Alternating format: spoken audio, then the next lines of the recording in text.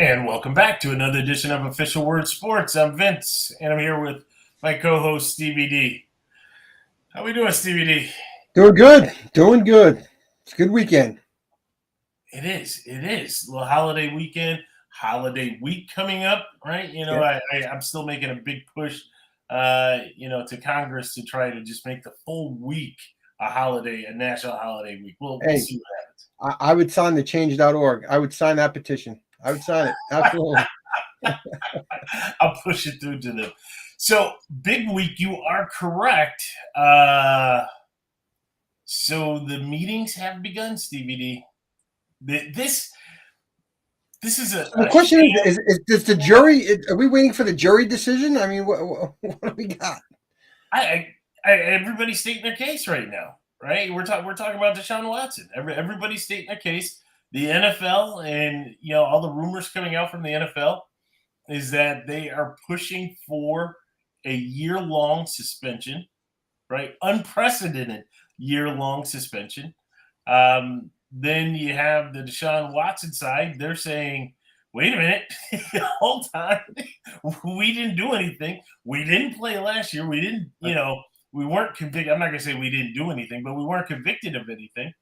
So this is going to be interesting to see where this lands. From the Watson camp to say that this is unprecedented, they're absolutely right? Because we've talked about some of those that have had infractions, right? You and I talked about the Dante Stallworth incident, right? We talked about Henry Ruggs, which were, obviously Henry Ruggs had never played another game in the NFL, right? We know that as a fact.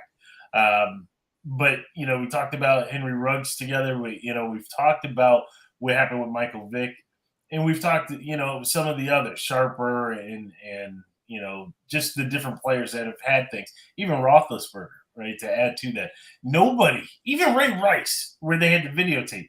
Now, Ray Rice is a little bit of an enigma there, right? Because he never got signed after that, but he was only suspended for 6 games. Remember, he was only suspended for 2. You remember that?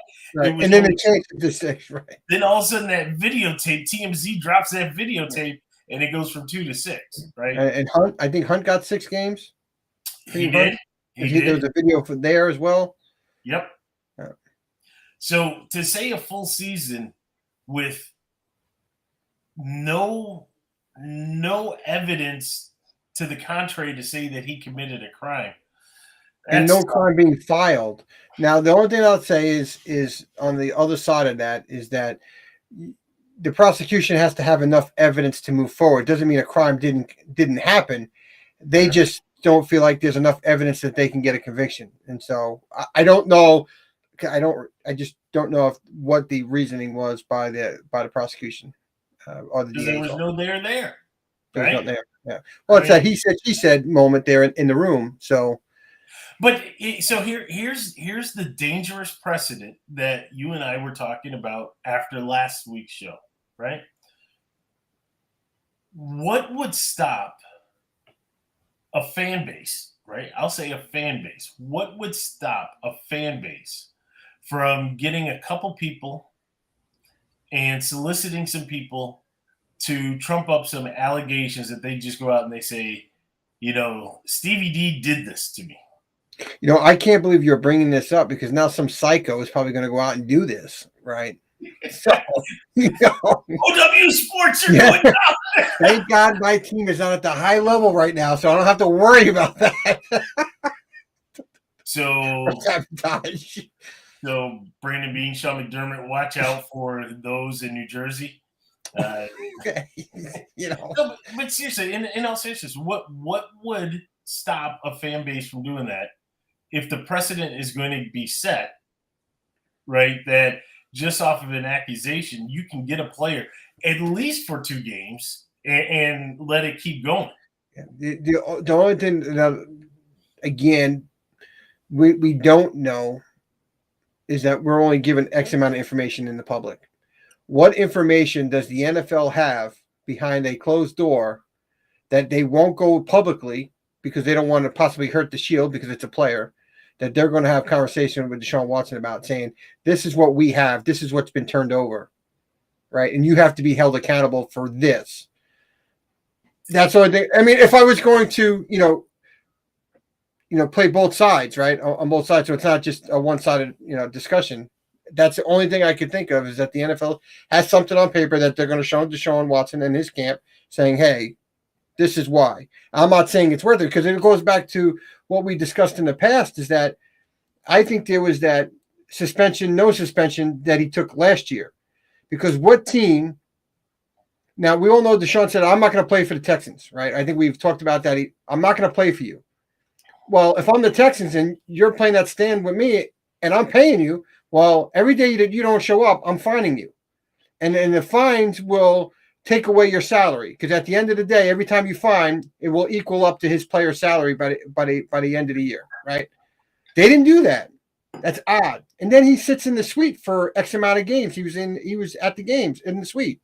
You mentioned yeah. So how is that not a suspension without being named a suspension? So to me, he's already paid for something, right? He's already been disciplined. I guess that's the way to put it. In my eyes, he's already been disciplined because he didn't play last year and he was healthy. So he didn't sit out and the team didn't suspend him, right? So now the question is who is lining up behind center for the Cleveland Browns? Is it Jacoby Brissett? Are you kidding me? This team that was on the verge of taking control, you have Roethlisberger gone, right? You're going to have to battle with the Bengals, obviously, right? But this team and the Ravens are still good. But this team was on the verge, right? Oh yeah.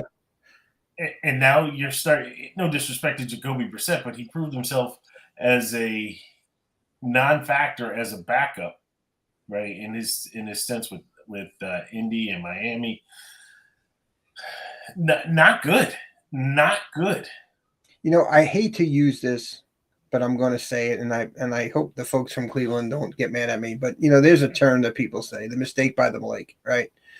And it's an awful term to say about a sports franchise. It really is. But this franchise, we in Buffalo have no problem saying that about Cleveland. Okay, so okay. I guess you guys are right across from each other. I guess from the lake.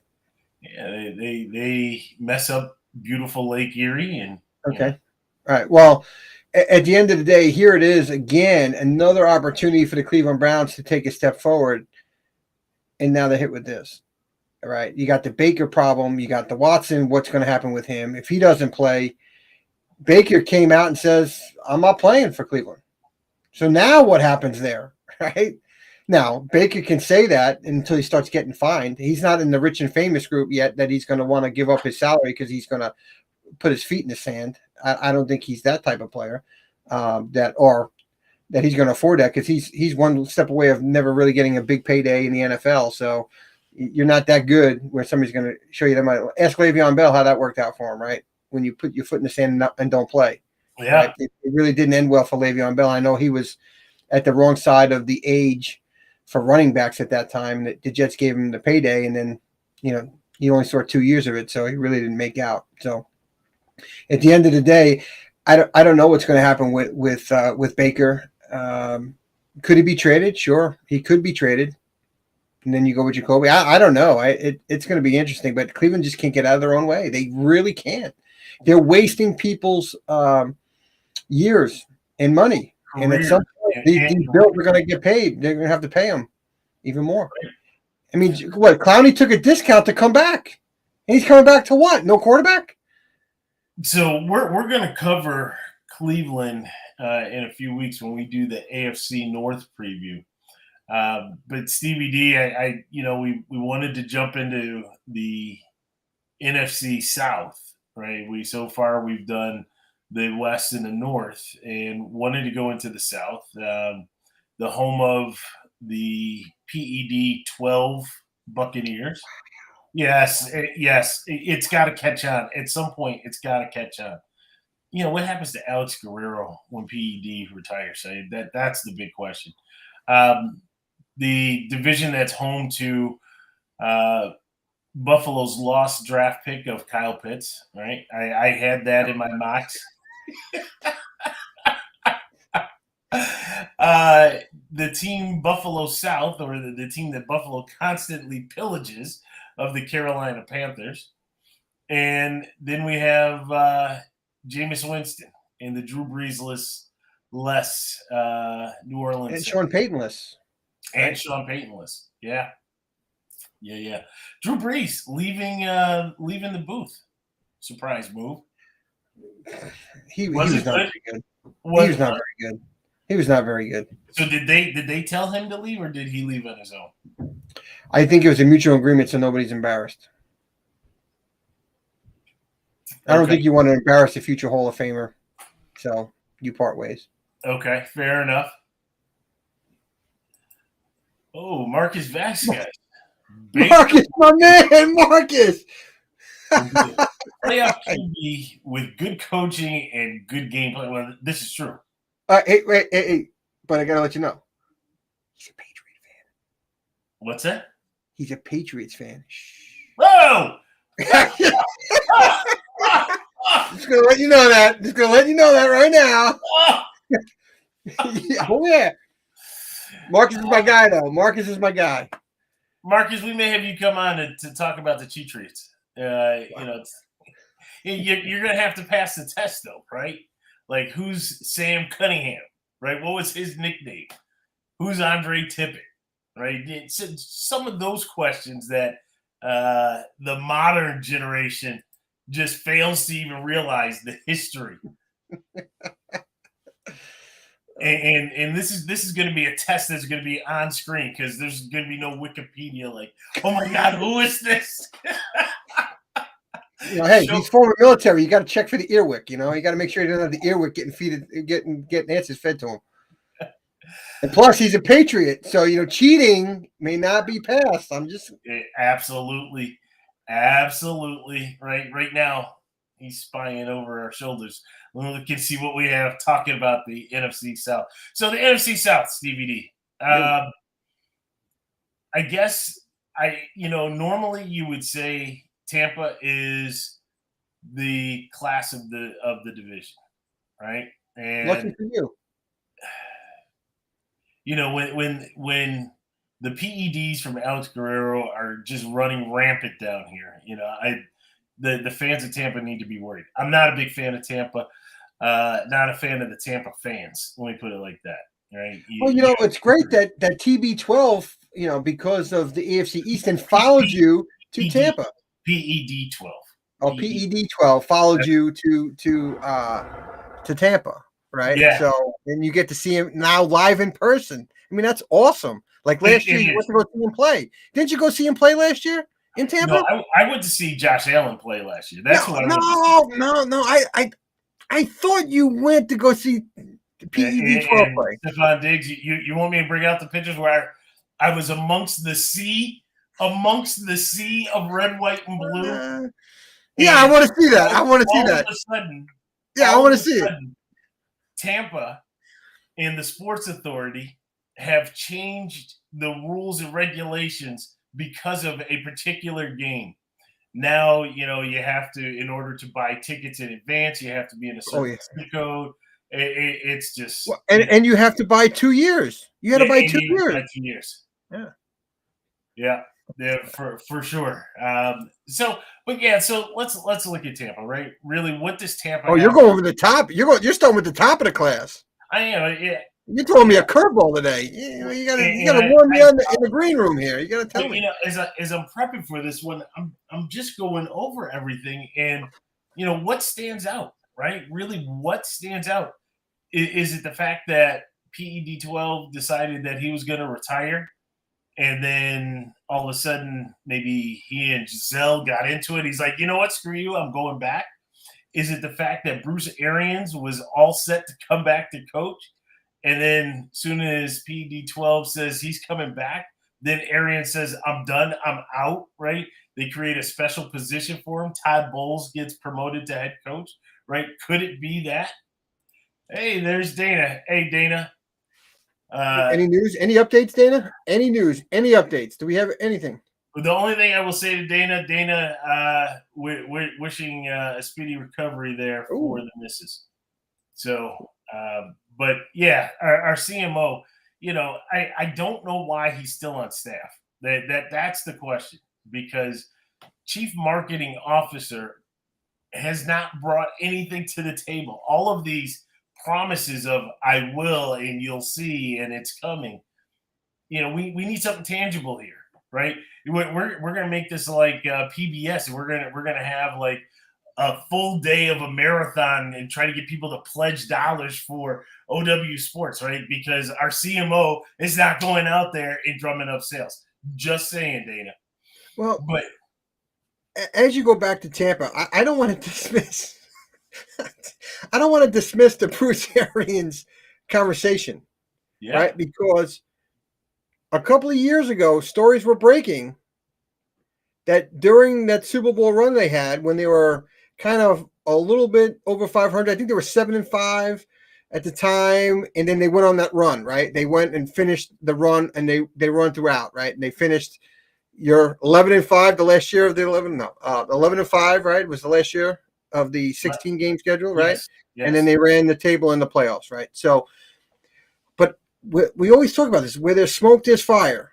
And somebody broke a story. They're kind of trying to put it out like it's nothing there. I don't know. And now it makes it look like if you go back 2 years, there's some merit to that story. I think there was, and I think there always has been. I think they did a better job last year of containing it and keeping it more in-house, even though Arian seemed to be the one to run to the mic and kind of air his grievances, right, like Festivus. But when you think about it, last year was a disappointing year, and I think for PED 12, his goal obviously is to win exhibition games. And by them losing to the Rams in the divisional playoff round, right? First of all, coming in and playing that wild card game and then losing in the divisional round, I don't think that that's really where he wanted to be. And I'm sure there were some conversations that were being had, especially as they're cleaning out locker rooms, right? And as you go forward, and then you look at as the off season starts to unfold, he's like, I'm out, right? If Arians is going to be there, I'm out.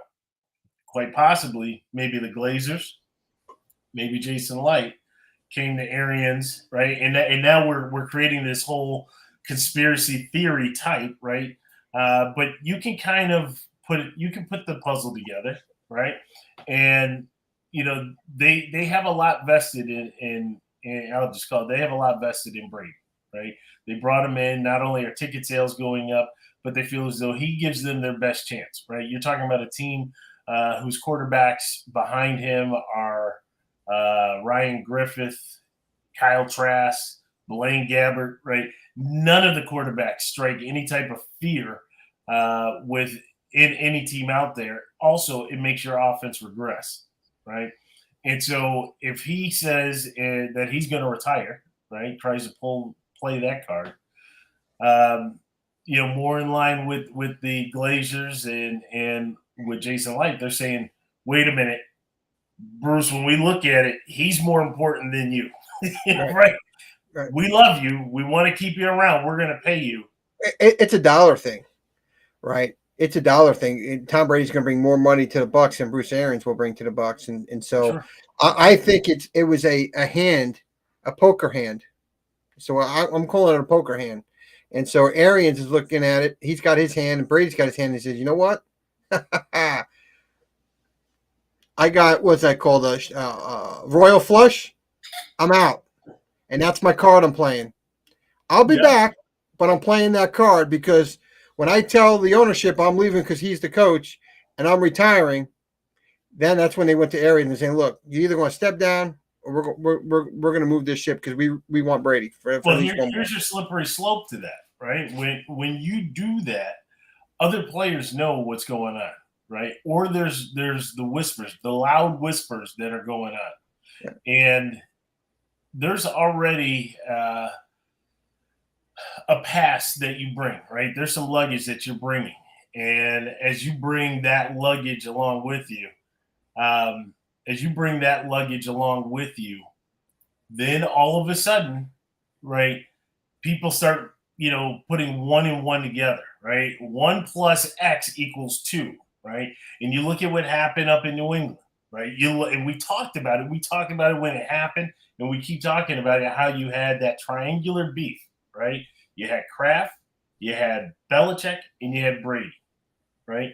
And really, this goes back to Garoppolo, right? May have had some other things beyond Garoppolo, right? But you had that beef, and it was a power struggle that you had in there, right? It was egos that you had in there, and then all of a sudden, one person gets removed from that situation, right? And now they come into a new organization who has had its issues in the past, right? The whole Dungy, Gruden type thing and some of the other things. But you bring him here, and all of a sudden you're kind of disrupting things, right? Him coming and Jameis leaving didn't disrupt anything. But him coming and Arians leaving, a player's coach, that could create. But so is Todd. But the problem with Todd is that he doesn't have really a winning track record. His last couple of years, he coached with the Jets, right? And that's Todd, you know Todd from the Jets. Yeah, right. I love Todd. I didn't want Todd to get fired. The Jets GM failed to get him players. And failed to get him players. It was a joke. There's a difference between Arians and Bowles. There's just no, and I know he's your guy, and I know you like him, but Arians is here, Bowles is here, right? But you got Tom Brady. Do you think the players want to have Tom Brady on the team that's going to lead the charge, or have Bruce Arians as a coach and Blake Bortles the coach? What did you say? You know what I would rather have? Let him retire back in January, and let's go get one of those free agent quarterbacks that were out there. No. Players want to play for Tom Brady. Play with Tom Brady. Players want to play with Tom Brady because he wins. They don't want to take a chance on another free agent quarterback. Did they win last year? Did they win last year? They won the Super Bowl while he's been there. The 2 years he's been there, 50% of the chance he's won the Super Bowl in 50% of his time. No, he didn't win last year. No. Show me what you can do. It's what can you do? Well, get Bruce Arians out of here and let's see what we can do. Well, there you go. That's right. Right? Kraft wasn't going to do that. I mean, that was his cash cow. You couldn't have traded Tom Brady. There's no way you could trade Tom Brady. No. But all right, so because we could go on for hours on the Buccaneers, let's just look at the Bucs. We've talked about some of the key figures that you have in there, right? You have Jason Light as the GM, who I will say over his tenure as a GM has done a pretty decent job for the Buccaneers, right? Some key signings over the past years, and I give him credit for helping to maintain what he has here in Tampa. We talked about Bruce Arians moving from the sidelines, going into a special advisory role, something created just to keep him on the payroll, just right, keep a couple extra dollars. Moving into that role is Todd Bowles, right? Defensive coordinator, former Jet, former Cardinal, right? Bowles, it'll be interesting because Bowles did have some deficiencies as a head coach. And the hope is that he was able to learn from his mentor, from his good friend in Bruce Arians. Hopefully he was able to learn and adjust it. But that's a big change. Yeah. What did you learn from your mistakes from the first time around? Sure. Right. But it's still a huge change with a team that's already close, right? Byron Leftwich will stay on. Interesting because I kind of thought Byron was going to be the guy, the next head coach, right? And just a little surprised at that one. When you look at the Buccaneers, and let's take a look, because we're talking about a team that was ranked in points for and in yards. They were number 2 in the NFL, right? They were putting it up there. But let's look at who they lost, right? Biggest name that they lost, maybe not the most important player, is Rob Gronkowski. Biggest name. That's also Tom's security blanket, right? I wouldn't be surprised if he doesn't show up in week 8 and be he's not coming back. I'm just saying, I wouldn't be surprised. He's not coming back. He has been beat beat down, right? He is taking a beating. I think he made their run. Last year was that run, right? And it ended, and I think he's done. We also look at, they lost Jordan Whitehead, went to you guys. Oh, yeah. Well, if you want to get hyped up about it, they also lost their other tight end, O.J. Howard. Oh, yeah. Go to the Bills. Right? So, that guy still plays in the NFL, O.J. Howard? I didn't know he was still in the NFL. No, don't worry about it. He'll be running right past Jordan Whitehead. Yeah, okay. Bring that safety up on him. You're looking back. What's that say? OJ. There's another big loss there. I'm curious. I'm going to let you go with it, but I'm curious to see if you're going to mention the name. Yeah. So another loss that they had, which was a blessing for, and these are all things that are impacting the team, right? Was Alex Kappa, right? Offensive lineman, key piece there. They lost him. They lost Ronald Jones, right? Running back. Now it's Leonard Fournette's team, and then after that, it starts to get a little dicey in there.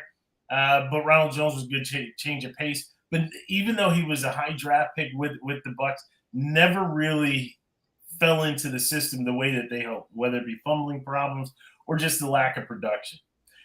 And the last name that is still out there that I have on my list is Ndamukong Suh, right? A player that they lost that he hasn't signed just yet with anybody, but they've already made plans and they've moved on without him, right?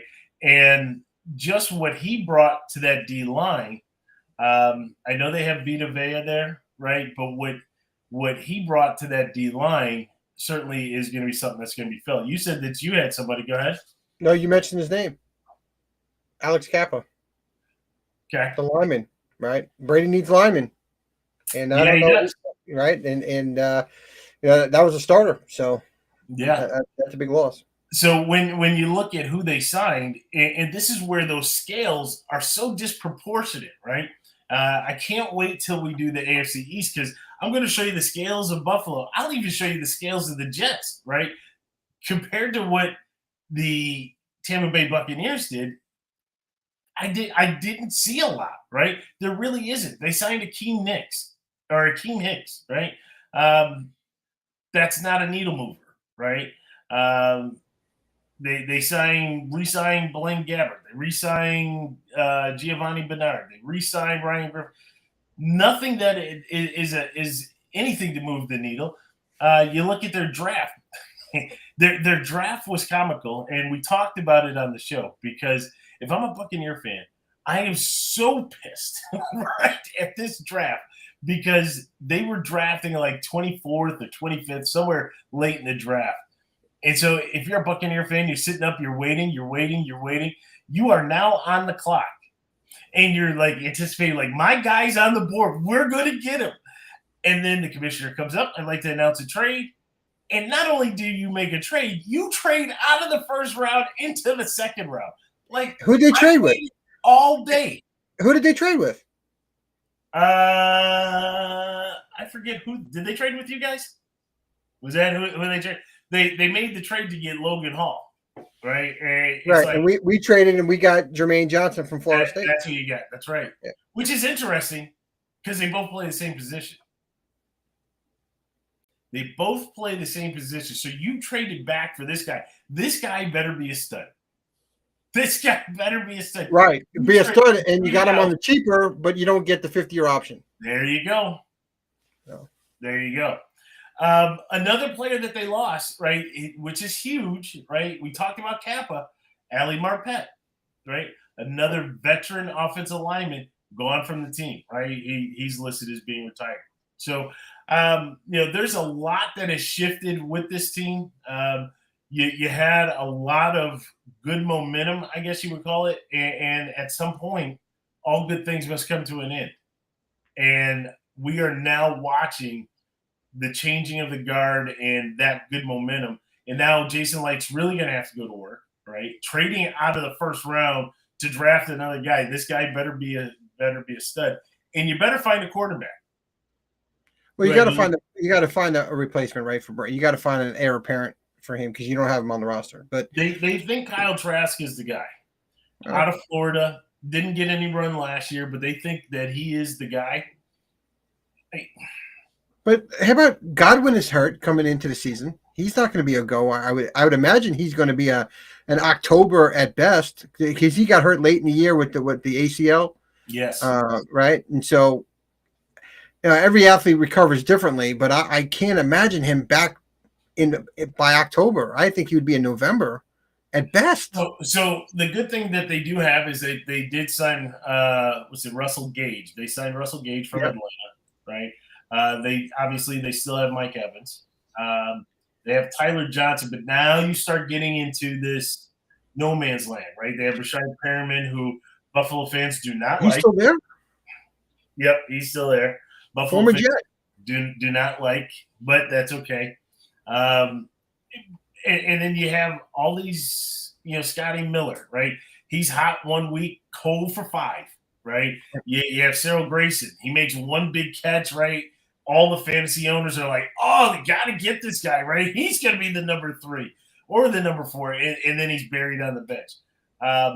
So there's a lot to try to figure out. And when you look at the tight end room, right, it's back to Cameron Brate. That's the way it was 5 years ago, right? Before Gronk, before O.J. Howard, it was just Cameron Brate. That's what you have now. And that's where it's going to be my point is when you look at the Bucs offense and what Tom Brady did last year and all the points that he put up. I mean, for his age and the amount of points they put up was incredible. But you don't have Antonio Brown. You don't have Chris Godwin.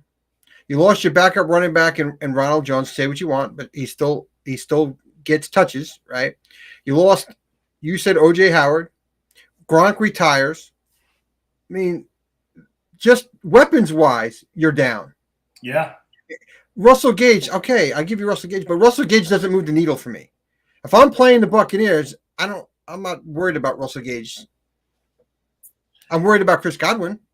Russell Gage was very nice opposite Calvin Ridley when he was in Atlanta. He was nice. So he'll be he's a good complementary wide receiver, right? I don't think he's a number 1. Remember Elvin Harper? And speaking of the Buccaneers, remember Elvin Harper, right?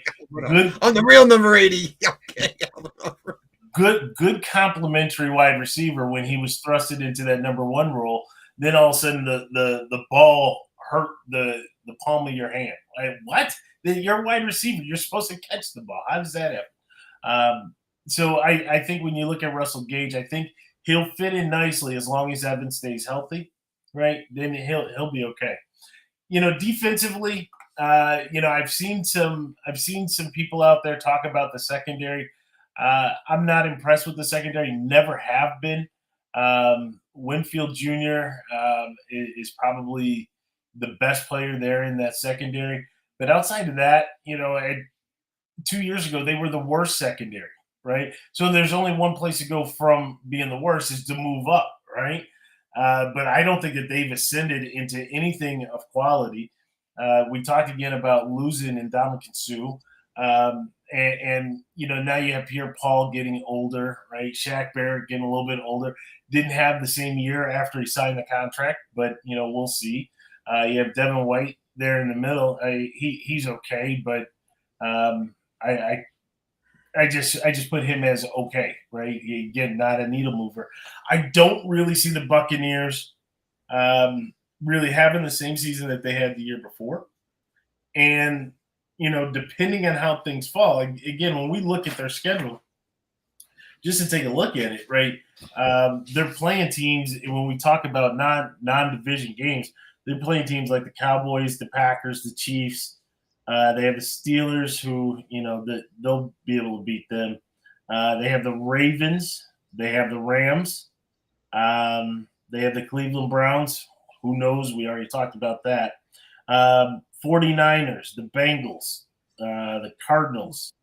It's not an easy schedule, right? If you start ticking off the wins and the losses there for Tampa, quite easily you could see 7 losses there, which again, here we go, doing this funny math for 17 games, but you could see a 10-7 record there very easily, right? And it could slip and go the other way depending on what happens in their division. So speaking of the division, right? I'll hand it over to you because I think you have the Saints, right? Who dat nation, right? Who dat nation, right? So big changes in New Orleans. Big changes, right? Long-standing head coach Sean Payton decides to hang it up. I thought he was going to a different team. I thought maybe they were going to work out a trade and trade him to a team, but he decided to retire. But that's a big change here. But they stayed in house with the replacement, right? So they brought in promoted Dennis Allen, the defensive coordinator, to head coach. He says he's going to keep the same offense that Sean had in house. So from an offensive standpoint, that's really good, right? That you're not changing offensive scheme. You're going to keep the same scheme. And they brought back Jameis Winston as quarterback, which I thought was very important. Jameis Winston, we've talked about this in the past. You get a bad rap down to Tampa with the turnovers, but the Saints, before he got hurt, were a very good football team before he got hurt. So if you're keeping the same offense and Jameis is healthy, I think the Saints have an opportunity to really be a good football team and compete in that division, right? So here's a question. Now, the Swiss Army knife that Sean Payton loved, right? Get him out of there. Thank you. Give him a tight end or something. I'm very curious as to see what they're going to do, and I think it would be in their best interest for Jameis.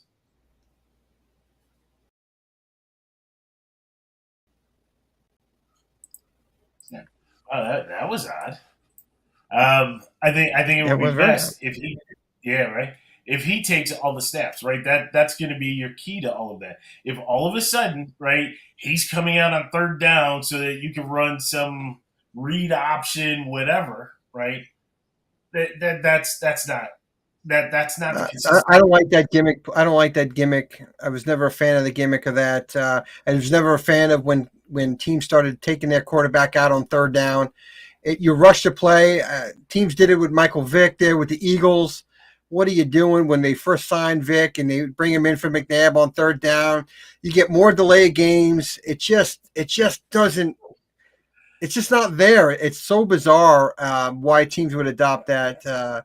I think you make him a tight end, and yes, I do, Derek. I do. I think he comes back before the playoffs to get ready. I don't think he's done. You just said week 8, right? That's what you your guess is. I think he's done. Derek, when we talked about him, I think the injuries have caught up to him, and just looking at where that roster is. But I'm sorry, go ahead, Steve. Yeah. So I just think the experiment with Taysom Hill has to stop, and Dennis Allen has to come up with his plays and his playbook and end that experience, because when you're a first-time head coach, you don't want that. You really don't want that. Get your guy behind center. Let him go with it. They have when I look at their players, right, you got Michael Thomas, and I think he's going to come back and play and be healthy for the first time in a few years. Coincidentally, it's when Sean Payton is no longer there. I made a statement last year that him and Sean were not on the same page. I thought they were going to trade him because I don't think Michael Thomas wanted to play for Sean Payton. It just so happened he's now healthy. Sean Payton is gone, and go Michael Thomas go, right? The big story for me for the Saints, Winston's coming back, so that's storyline number one. Storyline to me is Michael Thomas coming back healthy. Can he regain his form from a few years ago and really help Jameis Winston? But story 3, Alvin Kamara, right? Kamara, 6 games. That's what he's going to get. That is a huge loss for Dennis Allen and team. Huge loss.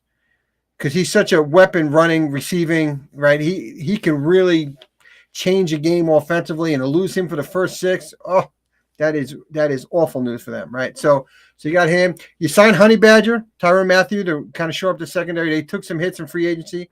They signed former Jet Marcus May as safety. I like Marcus May. The knock on Marcus May, injured all the time. Hopefully for this kid, he can stay healthy and be a difference maker back there, because when he's on the field, he's actually pretty good. And I think it's a good pairing with Tyrann Mathieu. And then they big draft pick, right? Chris Olave out of Penn State. Some people, I know you were very high on Chris Olave out of Penn State, so that was a really good solid pickup from them. Ohio State. You talking about Olave? Ohio State, yeah. Yeah. What did I say? Penn State? Yeah. Thank you. Ohio State, yeah, he was with Garrett Wilson. Pearls. Don't do it. Don't do it. Here we go. You're gonna do it? I don't think I have it. I don't think I have it. If I do, it's just gonna pop up. I'm just saying that right now. All right. So you got Olave. They signed Jarvis Landry for wide receiver. So when you think about their wide receiver room, you're going to have Olave, Michael Thomas, and Jarvis Landry. It's not a bad threesome there for Winston to throw to, right? And then have Alvin Kamara, as a running back. So when you think about skill positions there, they're pretty strong in the skill positions, right? So on the defensive side of the board, they got LaShawn Lattimore, C.J. Gardner, and then Demario Davis, the former Jet Demario Davis. He leaves the Jets and becomes all-world. Another linebacker that leaves the Jets becomes all-world linebacker. So some of the players lost, though. Marcus Williams signs a big payday with the Ravens to go there. Teron Armstead to the Dolphins. Quan Alexander, linebacker, little injury prone. They didn't re-sign him. They wanted to move in a different direction at linebacker. He's still a free agent. And then Kenny Stills, which it's not a needle mover there, but again, he makes plays. He's just not a all-pro type of wide receiver. So ultimately, I thought their draft was pretty decent. Olave obviously was the key splash at 11. They also had another pick from the Eagles at 19. They drafted offensive tackle and Trevor Penning. Good pick there, right? You gotta secure Winston. You need some time. And surprise pick for me, I'm going to be honest, was their 5th round pick, linebacker DeMarco Jackson from Appalachian State. You really don't see too many D2 schools and players get picked, but great for Appalachian State. Actually, they're probably the best D2 school, or one of the best D2, probably top 3, year in and year out Appalachian State. Nice pick up there. Michigan. Didn't they take down Michigan? About like 7-8 years ago. Yeah, something like that. Maybe a little bit longer. Yeah. And that was the first game of the year. It was like, boom, they took out Michigan. Yeah. So as far as the Saints go, to me, Dennis Allen is the wild card, right? What I don't know about Dennis Allen. How do you coach when you have a lead late in the game? How do you coach when you're down, right? How do you use your timeouts? How do you use your challenges? When it's not going well, how do you make those corrections at halftime? What do you say to your team? These are things that you don't know where the coach has never done it before. Now all of a sudden you're there.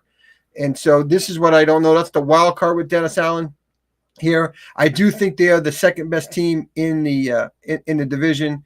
I can see them as high as a 10-win team, but I can see them as low as an 8-win team, depending on the suspension to Alvin and how the coaching style. But I think they have pieces in play to win some games. Some of their they have key matchups, right? It's not an easy schedule either. You talked about it from the Bucs, right? We won't talk about the division games because we know they got them too, and really they just got to worry about the Bucs, right? For those 2 games, you got the Cardinals, you got the Bengals, you got the Rams, you got the Raiders, you got the Ravens, Browns, and Eagles. Not easy, but I still think 8 to 10, depending on health and Dennis Allen, is where I have the Who Dat Nation. All right. So you talk about 1 suspension. I see your 6-game suspension, and I will raise you a full season as we go to the Atlanta Falcons. And Mr. Calvin Ridley suspended for the entire 2022 season. He only did some sports betting. Yeah, first of all, what do you expect when you get in bed with these gambling companies? What do you expect, right? You're going to have to do better policing, right? Better monitoring of what's going on with the players, right? Because I'm going to tell you right now, Calvin Ridley is not the only one logging into DraftKings. He's not the only one playing fantasy football, right? He's not the only one. They put a team in Vegas, right? For crying out loud, they stayed out of Vegas because of gambling. Now you put a team in Vegas, right? You have all kinds of activities in Vegas, right? What do you expect, right? But, when you look at the Atlanta Falcons, what a disaster. I don't know what you mean. An utter disaster. I mean, when we look at the Falcons, and I mean, let's start from the top. You have Arthur Smith. They went 7-10 last year. They're not going 7-10 this year. All right. I'm not a big fan of Matt Ryan. Right. I think very overrated. I think he's a stat patter, very similar to Matthew Stafford. You know, he's a stat patter, but when it comes down to the clutch, and even though they ended up winning that exhibition game last year, it wasn't really Matthew Stafford that was doing that, right? And I don't have the same confidence. Not to mention Matt Ryan is 55, 60 years old, right? No, he just looks that old. Is that what it is? So, but now let's look at this team, Stevie D. You traded your franchise quarterback, right? The stalwart on the team. He should not have been traded, right? But you trade him to the Colts. And you probably can blame Carson Wentz for all of this, right? This is Carson Wentz's fault. Oh, Carson Wentz. This guy. Because, you know, here he goes to Indy and just can't get it done. Now Indy's desperate, right? They're in desperate mode, so they make the trade. They bring in Matt Ryan, all right? Now you have Calvin Ridley. But let's look at who else you lose. You lose Mike Davis, right? He was a key focal point on the ground. We talked about you lost Russell Gage. You lost Tajay Sharp. You lost Christian Blake. You lost Hayden Hurst, right? These are key players to an offense that you replaced them with Auden Tate, right? Who I do like Auden Tate. Young receiver, has a future in him, right? But still a very young receiver. Damian Williams has never really proved himself. Maybe he didn't have the opportunity. He's fast, right? We know that. He's fast. But don't know. And then your biggest signing is going to be Marcus Mariota, right? Now you start questioning some things because Marcus Mariota is nothing but a bridge, right? They are looking for their quarterback, but I think their quarterback was sitting there, was sitting there in the early rounds. Or are you bridging this for Desmond Ridder, right? Who's the quarterback they got from Cincinnati? I'm not sold on this kid, right? They pulled him in the third round. If you were that much of a future franchise quarterback, you would have gone before the third round, right? 74th pick overall. So think about that, where that lands and everything. There were some other quarterbacks, even though this was a very odd draft for the quarterbacks, right? Kenny Pickett goes early, and then there's this big gap, and you know, there's some guys that I thought should have been higher, what have you. Next year's class is the quarterback class, right? And it goes in waves, but next year's is the quarterback class. But all that means is Marcus Mariota is just the bridge, right, to get them over the hump.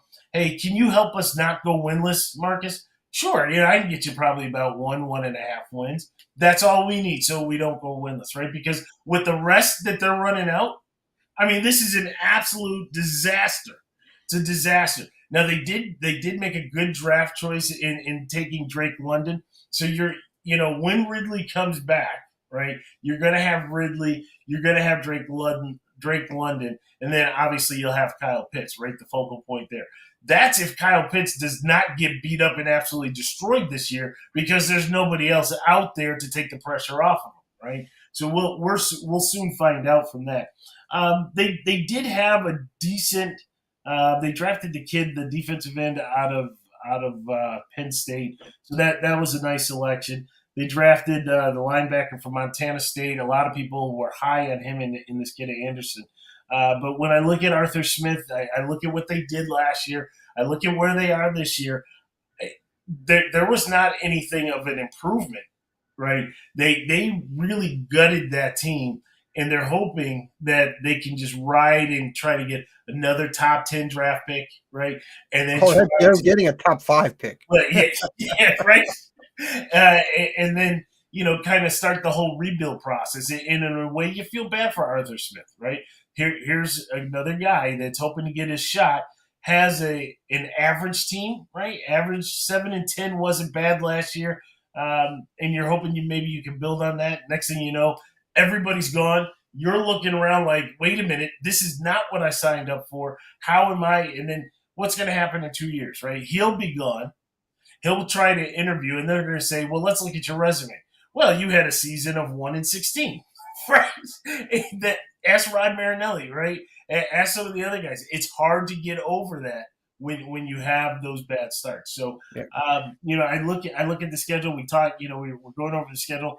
Basically the same because from the cores, they're playing the same teams. Whether it be the NFC West with the Rams and the Seahawks, the 49ers, the Cardinals, right? They have the NFC or the AFC North.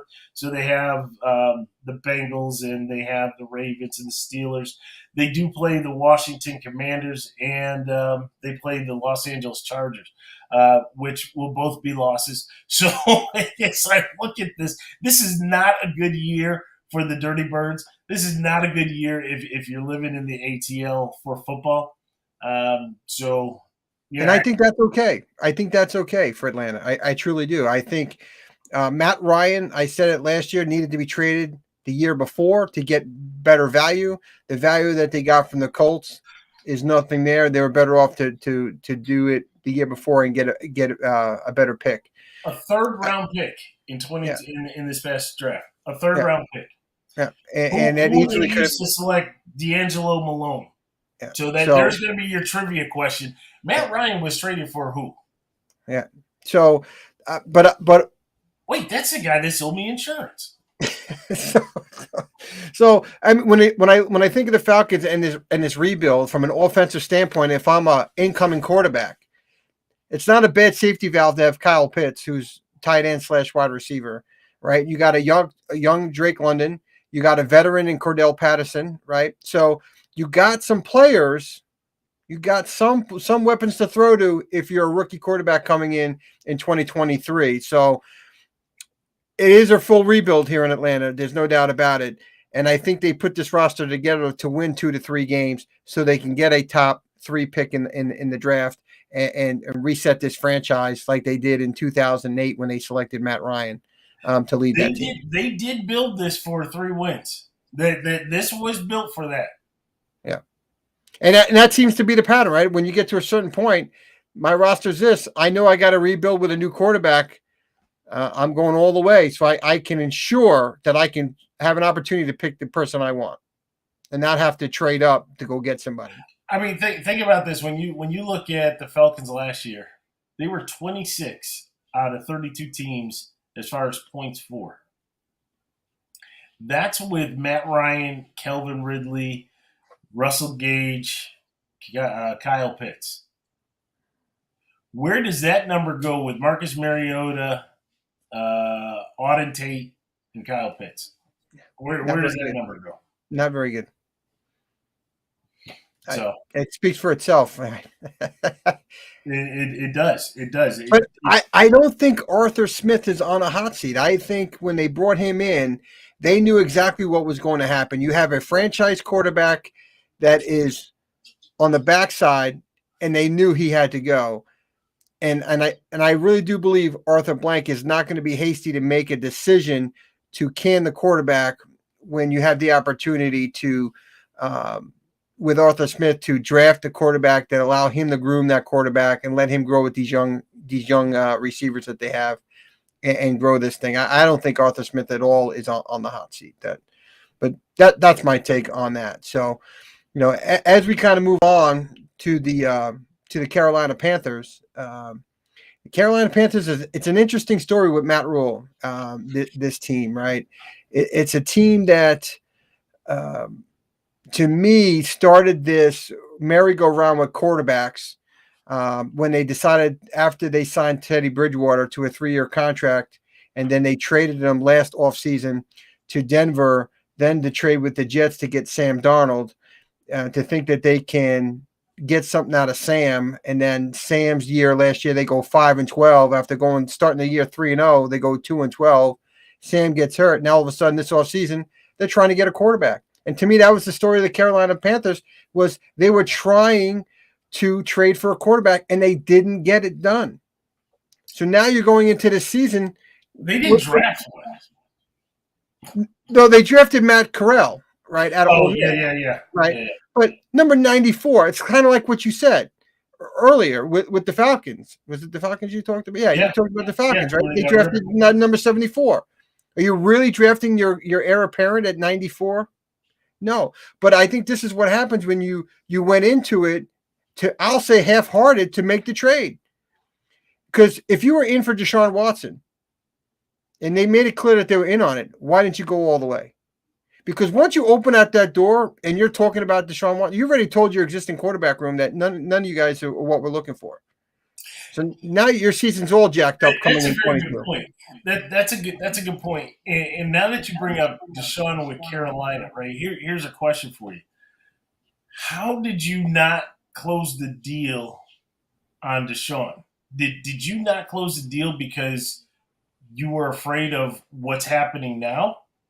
Or did you not close the deal because you're inept in closing the deal? I think they're inept in closing the deal. Because if you start having those conversations and it gets out, then you're not afraid to make the trade because you're having those conversations. You're just inept and you didn't want to go all in. It's the game of poker, right? Who's going to put in the most chips to the team? And they got cold feet because they didn't want to go all in with the draft picks and everything that needed to happen. And so now what did you do?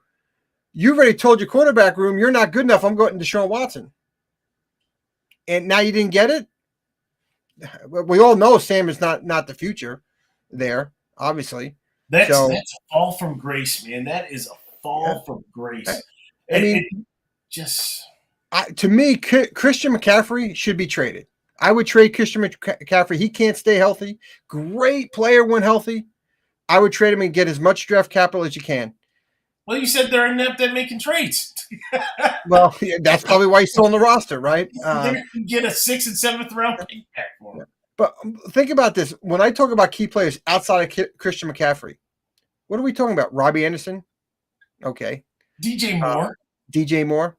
He's not a bad receiver, but he's not a number one. DJ Moore is, aside from McCaffrey, DJ Moore is probably their best player. Okay. But he's not a number one receiver to me. What's that? He's not a number one. No, right? He's not.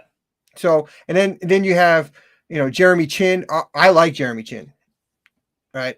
But again, Xavier Rhodes from Minnesota, free agent signing, good player. But these are the top players that we're talking about that are on this roster. I don't think they have enough good players to really compete in their own division. And I don't see Carolina. I think Carolina is going to be battling with Atlanta for the worst record in this division. So Xavier Rhodes, at the end of his career, right? You look at the dollars and you look at the year on that contract. That's really. So you're validating my point that this roster is not. It's not. Right, and so I think they're competing. Well, they've been pillaged by the Bills, right? So anybody of Carolina of value has followed the trail, right, to Bean and McDermott because they have absolutely decimated that roster. Now, they got Sam some help on the offensive line, right? They draft Icky out of NC State with the number 6th overall pick. Hometown pick. Yeah. That actually was a great pick. That was a solid pick. It's still, it's going to help Sam, but it's not going to help Sam enough. I think Sam is damaged goods. He's dead man walking. And so here's something that's funny. Here's something funny when you watch the draft, right? First of all, when you watch the draft, no matter if you're the first player taken or you're the 256th player taken, right? You're the greatest pick. That's a great value pick, right? You can do no wrong. But when Carolina made that draft choice for the kid out of NC State, right? The first thing they said, he's a hometown guy. Sam's going to love him. He's going to change that offensive line. But one guy, and we have seen this time after time again, one guy cannot change the entire offensive line, right? You have got to have the other pieces. But the way they made it sound coming out of the draft, Sam's going to be back there and be able to make a cup of coffee. McCaffrey's going to be able to choose which hole he's going to go through. Settle down, guys. Settle down. And look, Carolina has lost Hassan Reddick, their number one pass rusher from last year. Mm-hmm. They lost their top corner, it's Stephon Gilmore, to Indianapolis.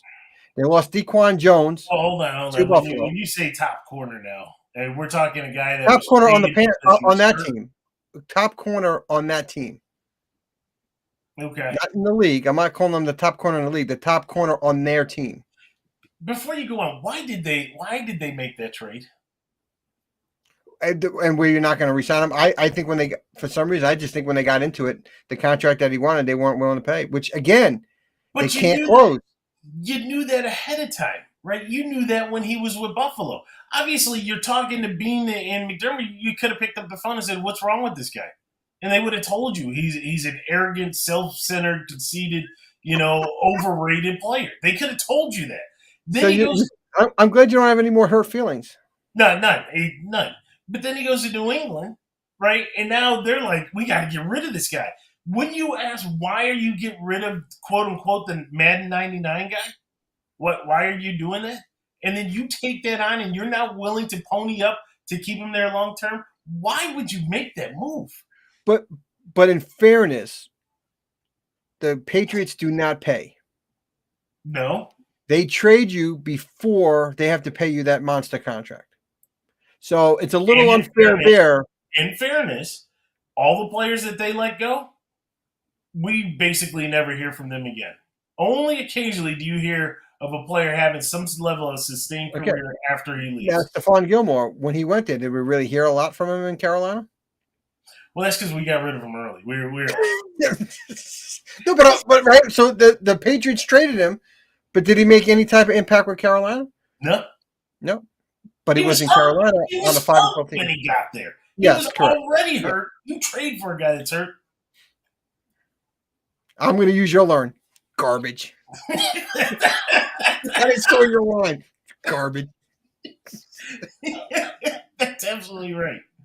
So, Stevie D, let's kind of wrap this one up here for the NFC South. We've looked at it at a division, right? We've gone through two already, right? We've seen some highs and some lows.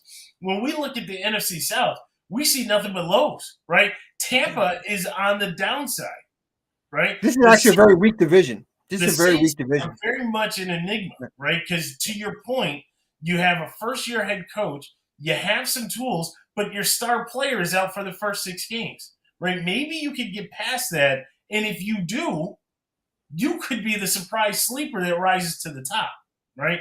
The rest of the two teams, right, Carolina and Atlanta, to your point, they're both battling for, the top 3 pick in next year's draft. Very poor division, right? And it's bad enough, but their non-conference schedule, their conference, who do we say that they have? They have the NFC West. So that's going to prove to be a little challenging and difficult. You could see teams, to your point, I said the Bucs 10-7. You said that the Saints could go from 8-9 to 10-7, right? Yeah. I could see the Bucs going 8-9, right? So those two teams are going to battle it out. I think at the end of the day, after listen, what you have to say, where I'm going, those two teams can battle it out. The other two teams are battling out for the basement, right? It's the have and the have-nots. And Tampa would, if they went 8-9 with Tom Brady, I think the fan base, forget it, they would lose it. They would absolutely lose their minds if they go 8-9 with Tom Brady. Worst fan base in sports. Worst fan base in sports. I can concur there because, like you, I did live there for a stint of time of 7 years and got to listen to the sports talk radio. And I don't know how you go from winning a Super Bowl, and I'll never forget it when I first moved there. All of a sudden, there's a huge billboard on the corner of Del Mary. 110,000 in waiting was how many people were waiting to get season tickets. In 2003, I think I moved there in 2003. And it was out there. I was like, wow, 110 waiting. And 2 years after the Super Bowl, that sign was gone. It was just Gruden ruined the team, right? And the team was just going down the toilet, and that sign was gone within 2 years. But they're like that for hockey. They're like that for baseball. And not that we're deviating, and it's just a pile-on. But you said if they were to go 8-9, right? I mean, the true colors will really come out, which are not. Pewter and black. It's not the creamsicle and white. There's only a handful. We had a guy on our original podcast for Official Word Oh Sports, yeah. right? We had a guy who was one of those true Buccaneer fans. We had a guy that commented on today's show, who I do believe is a true Buccaneer fan, right? But there's only a handful of these fans that are out there. The rest of them, it's a big party, right? So when the team is winning, we want to party. We want to be out there. When the team struggles, now all of a sudden, well, I got other things to do. Like, what are you talking about? You got other things to do, right? I'll never forget the Steve Dumick show. The late Steve Dumick that was it WDAE or something, Yep. if I remember correctly. That's right. And he had the show, the afternoon show, and I mean, it was tough. It was painful to listen to the fans call. I just shake my head. What are you talking about? Like, they just weren't very knowledgeable fans that call in. Maybe that's the case on most fans when they call in. They're not very knowledgeable to begin with. That's why they're calling in. But that fan base just seemed like it was not in touch with the history of the Buccaneers and just football in general. And it was painful to listen. I think we're spoiled, right? And no disrespect, because again, there are some people that do know their Bucs history and do believe that. There are some. But I think we're spoiled because I do believe that the team's passion, or that the fans' passion for the team of that city is really prevalent in the North, right? I'll go into the Midwest, right, as well. The passion and just just the love that you have, and you cry and you cheer and you laugh with your team in those areas. Down here, it's all about cheer. There is no crying, because as soon as something happens, I'm done, right? And they're gone. They're gone, right? We are prime examples of that, right? We have had 20 plus years of just either mediocrity or just bad seasons, right? But yet we stay loyal, right? Yeah. Whether it be a flag over my shoulder, whether it be a backdrop, right? And we're not the only ones, right? You go back to our cities that 24/7 Bills, 24/7 Sabres, right? You go to New Jersey, 24/7 Giants, 24/7 Jets, right? But you know what I'm saying. I know I'm throwing shade on that, but you know what I'm saying. You go to New York, right? And it's Jets, it's Yankees, it's Mets, it's Rangers, Woo! it's Knicks, right? And me for being from New York, right? Taking on the Knicks, and what a mistake that's been. Oh, the Knicks. Oh, my God. Jesus. But I can't even anyway, believe you brought them up. The passion that you have, again, the Knicks have been horrible for I don't know how long. I'm still a Knicks fan, right? I still know about my Knicks, and I can recite the Knicks. And that's the way it is up there. Down here, it's a different ballgame. Anyway, Stevie D, right? We got to make the full predictions. I think we did. If I'm going to make a surprise, my surprise is that the Saints win the division. That would be the surprise, yes. Yeah, it would be. I more and more I'm feeling. It's hard to take it, right? Todd Bowles, how is he going to be a head coach second time around? How's he going to handle adversity for the first time in Tampa Bay when something doesn't go his way, right? So I could see the Saints stealing it. I'm not feeling Tampa, right? It happened in January, right? And those things manifest themselves into turning something that was good into something bad. I'm just not feeling it. 9-8, 10-7, 10-7 for the Saints, 9-8 for the Bucks. The Saints take it. That's my prediction on that one. The other two teams, 2-15, 1-16, something like that. I mean, just squeak out a win. Don't go winless. So we hope you guys liked our debate, our commentary on the NFC South. Absolutely. Give us a like. Give us a subscribe. We'd love to hear from you.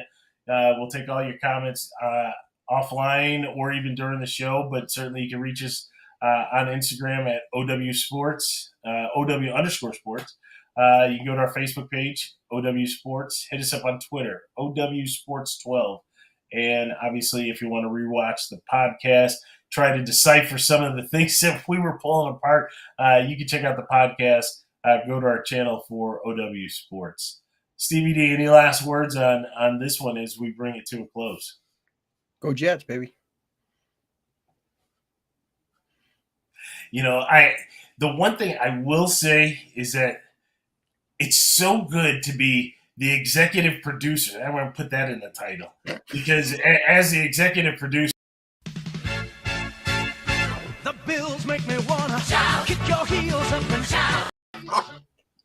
Yes, baby. You try. I took that, right? I took a shot, right?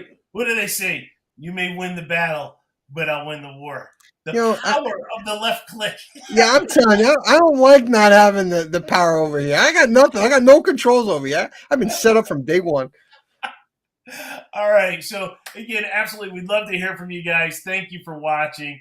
For my co-host, Stevie D, I'm Vince. We'll talk to you soon.